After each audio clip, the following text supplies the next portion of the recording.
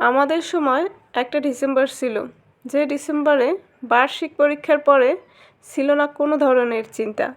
শুধু ছিল সারাদিন খেলাধুলা করা, অনেক আনন্দ করা আর সবাই মিলে একসাথে পিকনিক করা।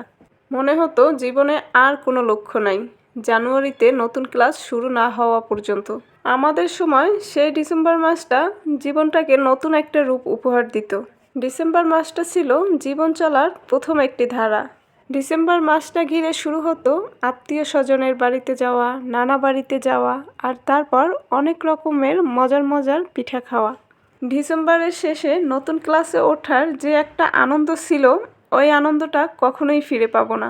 নতুন বই যখন হাতে পেতাম তখন বইগুলোকে নাকের কাছে নিয়ে চোখ বন্ধ করে নতুন বইয়ের ঘ্রাণগুলো নিতাম। কতই না সুন্দর ছিল সেই দিনগুলো, যে দিনগুলো আর কখনোই ফিরে পাবো না। কতটা পাল্টে গেছে আমাদের সময়ের সেই ডিসেম্বরগুলো। সেই ডিসেম্বরের শান্তি আর আনন্দগুলো আমাদের জীবনে আর কখনোই আসবে না। খুব মিস করি ডিসেম্বরের সেই দিনগুলোকে। আর এখন সেই ডিসেম্বর মাস কাটে ক্লান্ত দেহে। সারাদিন সংসারের সব কাজ শেষ করে দুর্বল শরীরটা নিয়ে শীতের মাঝে লেপ বা কম্বলের মধ্যে একটা শান্তির ঘুম দেওয়ার জন্য। অথচ ছোটবেলার সেই শীতে আমাদেরকে কম্বল বা লেপ ধরে রাখতে পারতো না। দৌড়ে চলে যেতাম রাতের বেলা ব্যাডমিন্টন খেলতে।